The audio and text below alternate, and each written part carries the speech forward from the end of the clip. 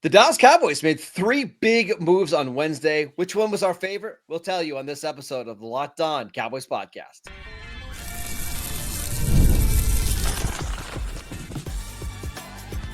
You are Locked On Cowboys, your daily Dallas Cowboys podcast. Part of the Locked On Podcast Network, your team every day. Welcome back to the Locked On Cowboys podcast, part of the Locked On Podcast Network, your team every day. We'd like to thank you for making us your first listen of the day. I am your host, Marcus Mosher. You can follow me on Twitter at Marcus_Mosher. Joining me today, as always, is Landon McCool. You can follow him on Twitter at McCoolBCB. Later, the Cowboys made three big moves within like an hour of each other. It's like we've been waiting all this time for the Cowboys to make a move, and then they make three of them right together. We're going to break down the signing of Jack Sanborn and the trades of Kaiir Elam and Kenneth Murray. But let's start with Sanborn, because that was one that the Cowboys, I think, were rumored to be interested in for a while. He was not tendered by the Bears. They signed him as an unrestricted free agent. We thought this might happen. What are your takes on the signing? Yeah, I was a fan. I mean, I think one of the first guys I saw kind of mention him as a potential option was Cody Alexander, who we've had on the show several different times. And he actually identified him as one of his priority free agents for Dallas. And I get it, right? He kind of is a jack of all trades, no joke intended, and just kind of can play all three spots. And for a team that is, obviously was lacking for depth before yesterday, they definitely needed somebody who come in, help out at Mike, help out at Will, fill in where they can, especially since you've got injuries at the position. You're waiting on some guys to get healthy. This is a guy who can come in and I think give you starter level snaps at multiple spots at linebacker. And I think, maybe even has a little bit of upside to him still because he's so young. So one of the questions I've gotten a lot over the last day or so is, why didn't he play more last year? Because he's a 24-year-old linebacker. Why are you guys getting excited about a guy that just didn't play much for Chicago last year? The two linebackers ahead of him, Tremaine Edwards and TJ Edwards, Edmonds played 100% of the snaps. TJ Edwards played 99.9% of the snaps. He missed one single snap all year long. So there's just not a lot of room for somebody, a third linebacker. But the fact that he did get on the field for like 300, 400 snaps, it actually tells you quite a bit about him, right? Matt Eberflus felt comfortable enough deploying three linebackers, which, I mean, we grew up when three linebackers on the field was just like ace defense. Now it's so rare to see three linebackers on the field. But whenever he was on the field, man, I thought the tape was really good. Yeah, and honestly, it's becoming more in style now, right? It's coming back, right? Yeah, and I think you're right. He had a really great 2023 in which he was kind of thrown into a starting spot. And I thought, just based on the tape and you looking at just kind of perusing PFF grades, he had a seemingly decent year, had a bunch of tackles, had some good grades. And I think that they just felt like they wanted to upgrade the talent overall on defense because you're right. They didn't they obviously added those two guys in and they played a ton of snaps, but they didn't completely take Jack Sanborn off the field. They still tried to find ways to get him on the field. So they must have really liked him still in some sense, but still felt like they needed to just find ways to improve the talent on the roster. And maybe linebacker was just kind of the easiest way to do it. And it's a different team, different coaching staff. Dennis Allen does not use three linebackers. He never really uses three linebackers. So they're going to be using it's different, right? Different coaching staff. As far as 24 to 25, that makes sense. I thought you were asking why he didn't play after. Last year. Yeah. It's playing to 23. Yeah. Well, I mean, I think as far as coming back, it absolutely makes sense, right? Completely different defensive schemes. Not necessarily a fit. Again, Sanborn to me is kind of like a more talented Nick Vigil, right? Where he's probably going to follow a defensive coordinator around. That's going to be like his rabbi. That's going to be his, someone who just is vouching for him wherever he goes. But I think Sanborn plays really, really well. This tape looks good. You're not like getting you're getting a probably better than replaceable player at linebacker. Yeah, I mean, I think of him even more than that. Let's look at some of the stable metrics from PFF. If you're watching with us on YouTube, you can see them. But these are the numbers from the last 2 years. I wanted to try to get the biggest sample size possible. 46 percentile coverage grade.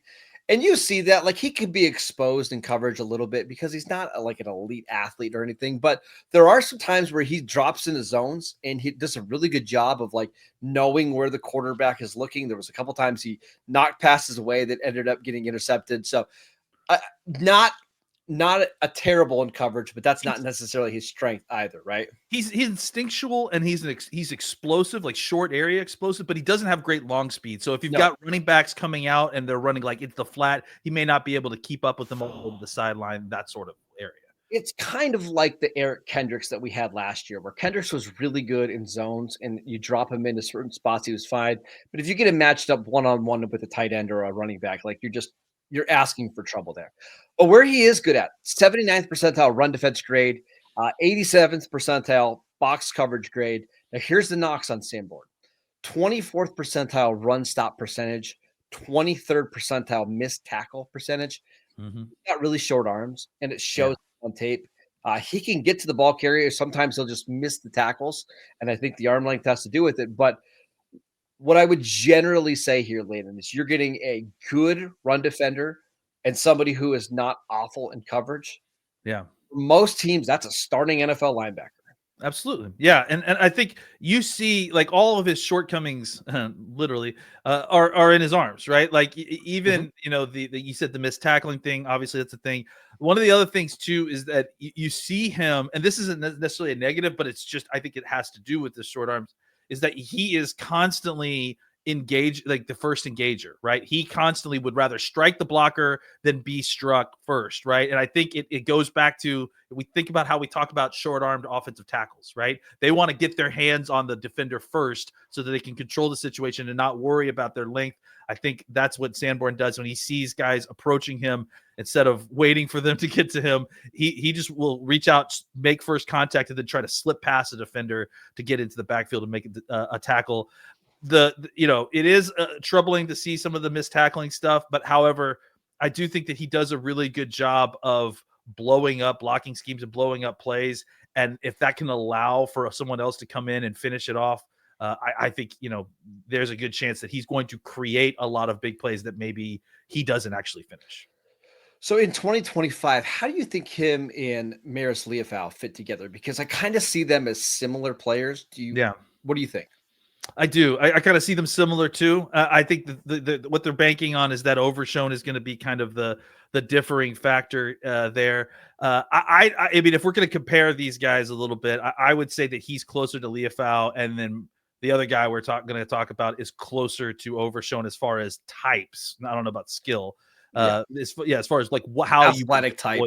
Yeah. So I think Sanborn's likely. That's the thing I like about both Sanborn and Leofau, honestly, is I think either of them can play either Mike or Will. I don't think you necessarily need to kind of hold them into one or the other. So I think they'll probably play with that a little bit in training camp and in the mini camps and just see how they like to arrange those two. So just generally wrapping this up, I'm a fan of this signing. Like I think Sanborn he's not going to be he's not Zach Bond, right? Like he's not going to suddenly be an all-pro linebacker, although Zach Bond, Wisconsin linebacker, Sanborn, Wisconsin. I just think this is a NFL starting linebacker the Cowboys picked up pretty cheaply. There's really nothing here to complain about at all. Nope. It's a great deal. Honestly, they got a guy that they know can play in their system, can play all three spots, will give you starter level quality snaps until you get Overshown back. And then even when Overshown gets back, he'll still give you some good snaps. I bet he's a great special teams player just based on some other things you see about his athleticism. So, I think, you're just getting a gritty lunch pail player who knows how to play, knows how to destroy blocking schemes. I think he's just going to be a useful guy. He's not a superstar, but he's one of those guys that's an important part of your defense that kind of just helps create.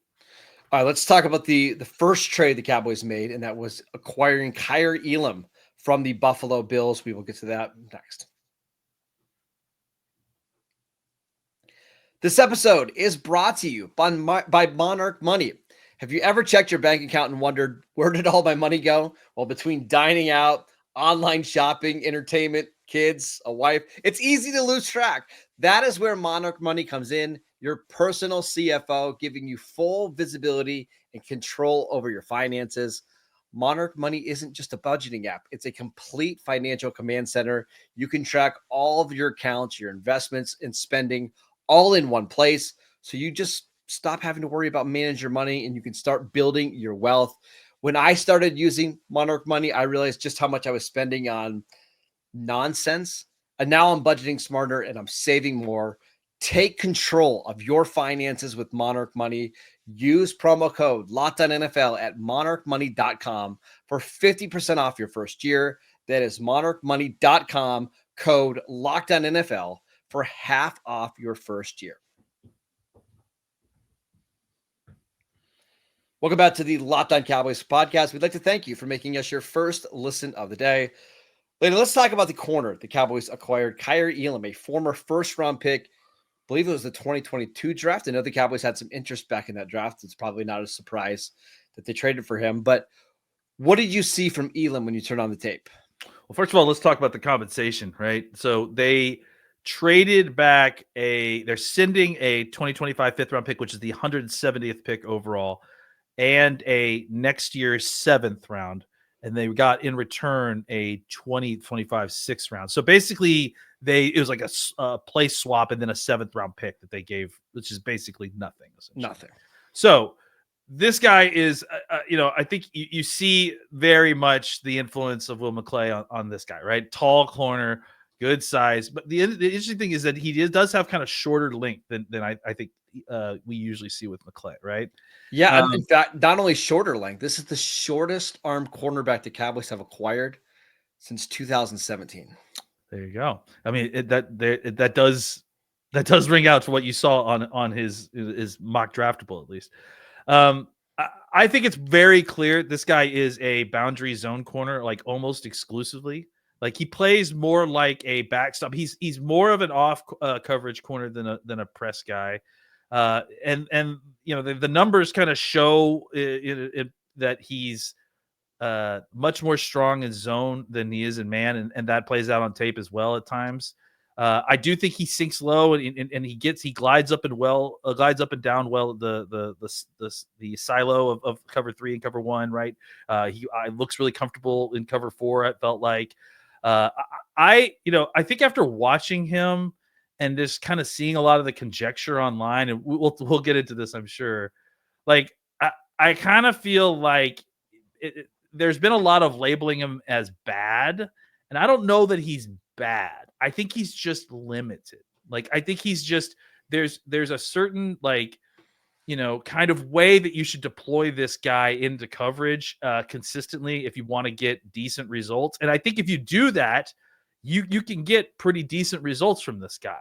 I just don't know that, at this point now where he is, and this is why he got traded for nothing, that you could rely on him, you could throw him out there and feel safe and comfortable about him playing all the coverages that you have in your playbook.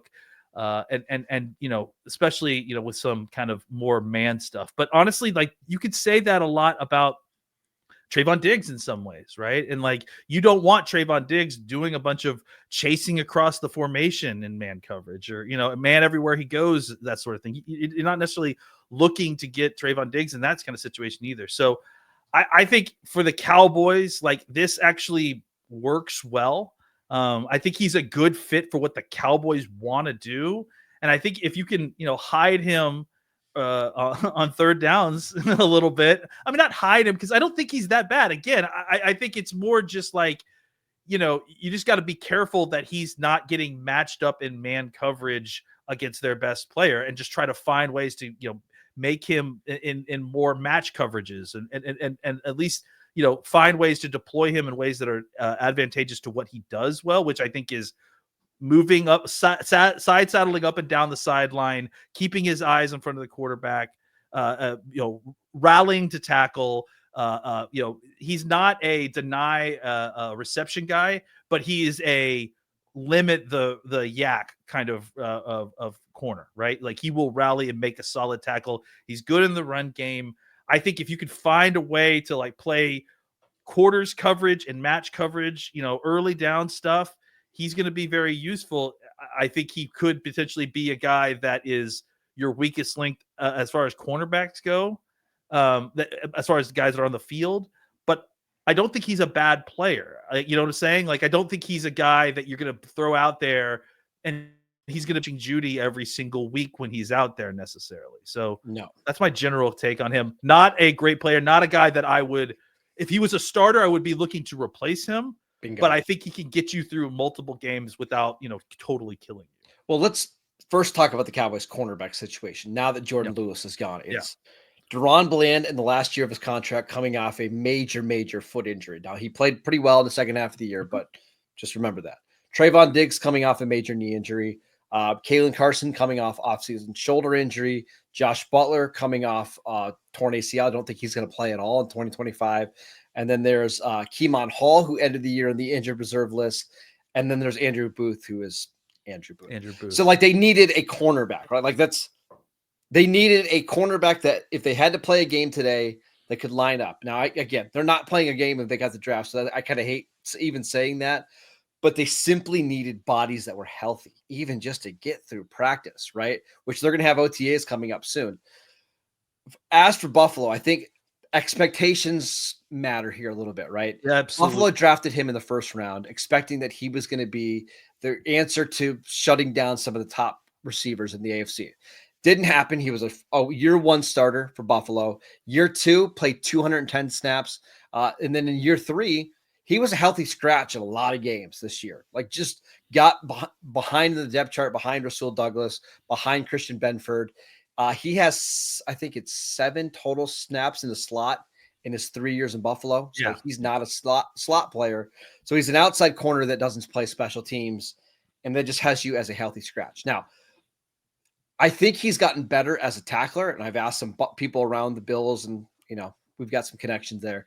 He's gotten better as a tackler. That's going to help him probably stay on the field. The coverage took a little bit of a step back this year. He's not good, but he is so much better than like what Andrew Booth was, who the Cowboys acquired last year. Yeah. He's only 23. He turns 24 in May, so maybe things turn around. But I'm also not expecting him to do much. They're hardly paying him anything. They hardly paid anything to go out to him. Of the 2 trades, I like this one significantly more. Yeah, I mean, we'll talk about the problem child here in a little bit, but yeah, I mean, I think that at first I was kind of like, I'm not really, look, I even said this when you called me and told me that this happened. I gave you the word. I thought that they were. I thought last year when we were watching Kansas City and Buffalo play that was Matt Elam that was getting roasted by Tony Romo in that. And by the way, he got really he got wrongfully accused in that game. He only got beaten for on 3 of his targets, and one of them, Kelsey blocked his defensive back into the pathway of the pursuit, which I don't know how either pass interference or illegal man battlefield wasn't called, but whatever. And it just felt like he kind of was a punching Judy for that situation. I think he's better than bad, but I don't think he's good by any stretch of the imagination. But he's the 3rd best corner on this team at this point, right? Agree on that? My assumption is that they're still going to go out and sign a slot corner because they kind of have to, right? Yeah, for sure. And my guess is that Elam is the starting outside corner until Trayvon Diggs gets healthy, or until you draft a corner in the top 2 rounds. Because I think if you draft a corner 3rd round or beyond, it's probably just going to be Elam, right? But to me, he's a placeholder. I think the hope is that Kalen Carson comes into camp and beats him out, and it's Carson that's the number 2 corner, and maybe Trayvon Diggs by Halloween is ready to go. But he's better than what they have on the roster.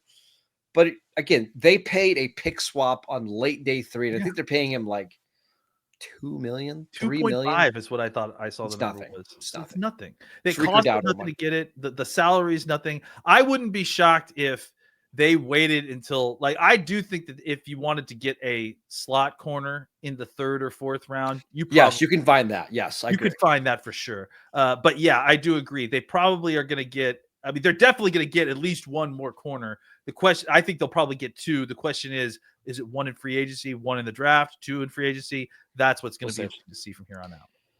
All right, now let's talk about Kenneth Murray, who I know you are all waiting to hear our thoughts on the former Oklahoma linebacker. We'll get to him next. This episode is brought to you by FanDuel. March Madness is here, and FanDuel is giving you the chance to get in on the action like never before. Right now, new customers can get $200 in bonus bets when your first $5 bet wins. That's 200 extra bucks that you can use on everything from buzzer beaters to Cinderella stories and even who's cutting down the nets. I've got my eye on a couple underdogs that we'll share later next week. And FanDuel makes it easy to back them with spreads, totals, and game props. With tournament games happening basically every single day, there's always something exciting to bet on. And the FanDuel app is simple to use. And when you win, you get paid instantly, no waiting around. So visit FanDuel.com and get in on the college hoops action all tournament long.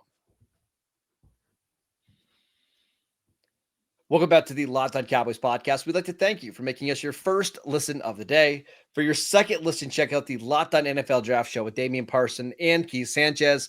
Now that the season is over, get the latest draft rankings, rumors, and news every day, and find Locked On NFL Draft on YouTube or wherever you listen to your podcasts. All right, Lane, let's talk about Kenneth Murray, a linebacker that I was stressed about the Cowboys drafting in the first round back in 2020. That's right. Didn't happen. They ended up getting CD Lamb instead. Good pick. Cowboys, it's another one of these pick swaps for Kenneth Murray, but what did you see when you turned on the tape? Real quick, can we just imagine for the sliding doors episode of what happens if the Cowboys had picked Kenneth Murray instead of CD Lamb? Let's actually not do that. No, that's look, here's the thing. I kind of felt like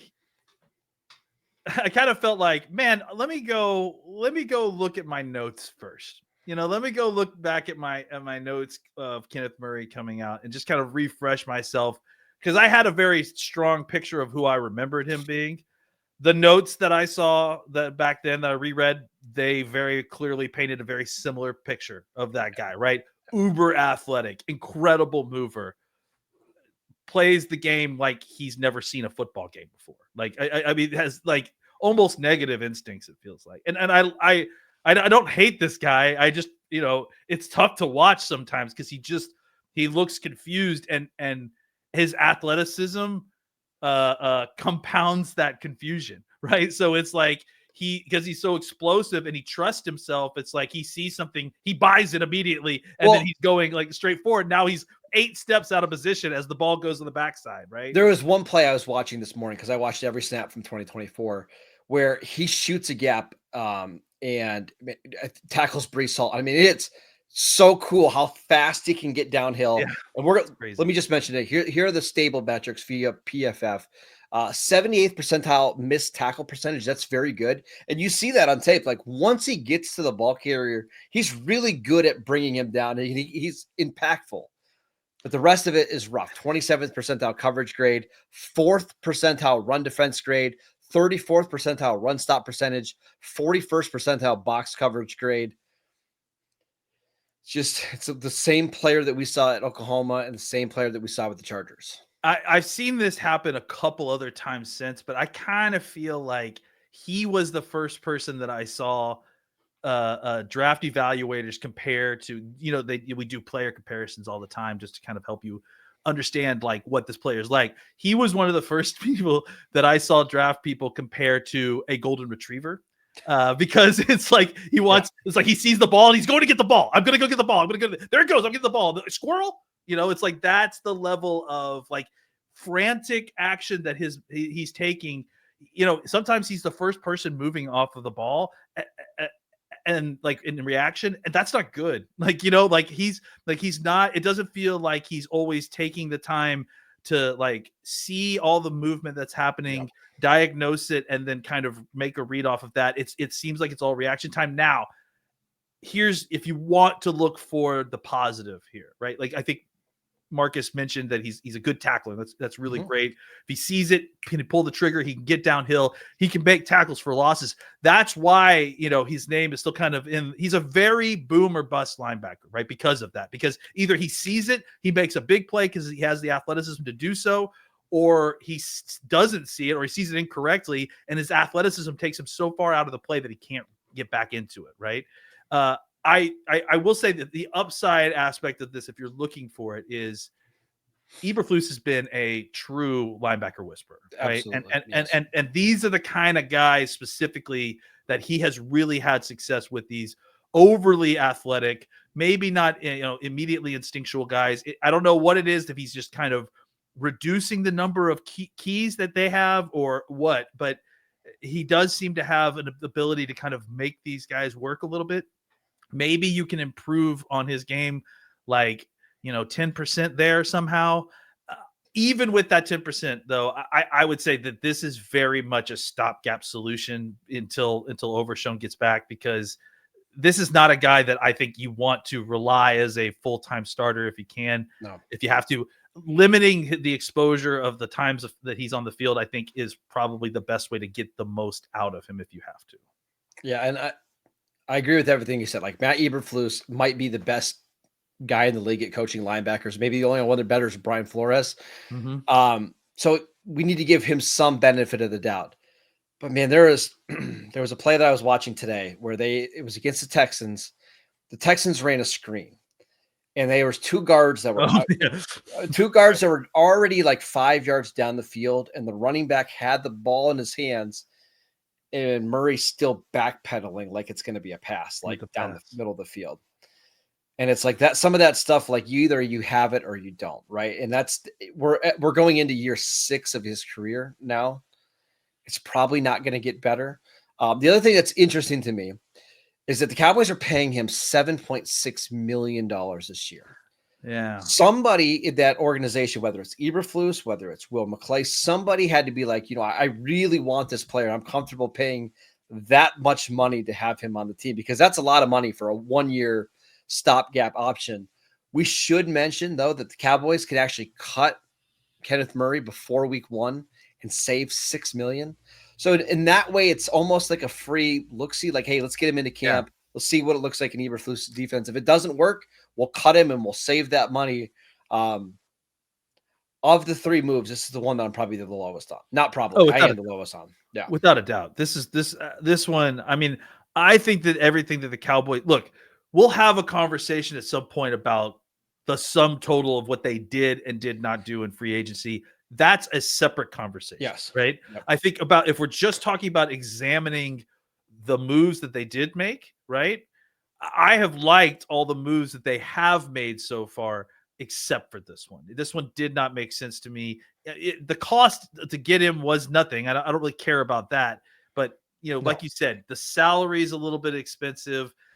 I relying on him as, I'm afraid that by signing Kenneth Murray, it's like, oh, check box, it's like, I don't know that that's the case. I still feel like there's still work to be done at linebacker potentially, because I don't know that Murray's going to be able to give you what you need. So I agree with you that they maybe they're being smart and doing an upside play and seeing what he's got and bringing him into training camp. But they may still have work to do, and they may still be looking at linebackers. I mean, and if they bring back Eric Kendricks or they draft Jihad Campbell in round 1, good chance that Murray's just not on this roster in week 1. But there is a chance where they just don't add anybody else, and now he's your starting linebacker until Overshown gets healthy. We've got some good reports about Overshown maybe being a little bit ahead of schedule.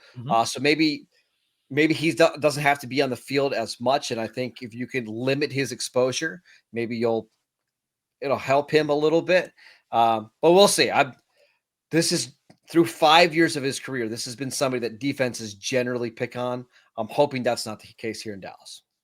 Yeah. And last thing I'll just add in on that real quick is, we don't know the injury situations as well as the Cowboys do, obviously. So keep in mind that whatever decisions with Diggs or with Overshown or some of these guys, they have better information as to where those guys are in their recovery, obviously, than we do, right? So that's something to keep in mind when thinking about how the Cowboys are thinking about some of these decisions. All right, that is it for today's show. We'd like to thank you for making Locked On Cowboys your first listen every single day. Go check out the channel on YouTube. Download the podcast wherever you get your podcasts. We are free and available on all platforms. Follow Landon on Twitter @McCoolBCB. I'm @Marcus_Mosier, and we will see you right back here tomorrow.